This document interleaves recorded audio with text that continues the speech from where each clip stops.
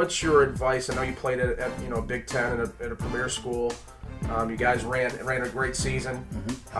What's your advice to a tweener, a guy that everybody comes to us and says, "Hey AJ, I want to be a D1 guy. I could play in the MAC or I could play at a lower level." But my advice to them is always play where you fit.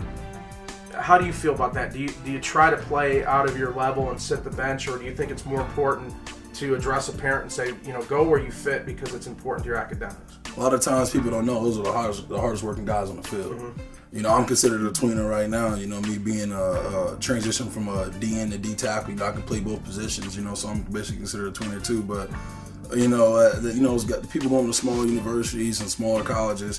It's not necessarily a bad thing because nowadays the professional ranks, they'll find you anywhere. If you Mount Union. Yeah, definitely. If you Fletcher, I know those guys. Definitely. Like if you can play, they'll find you. One thing, the best advice I can give is just work hard.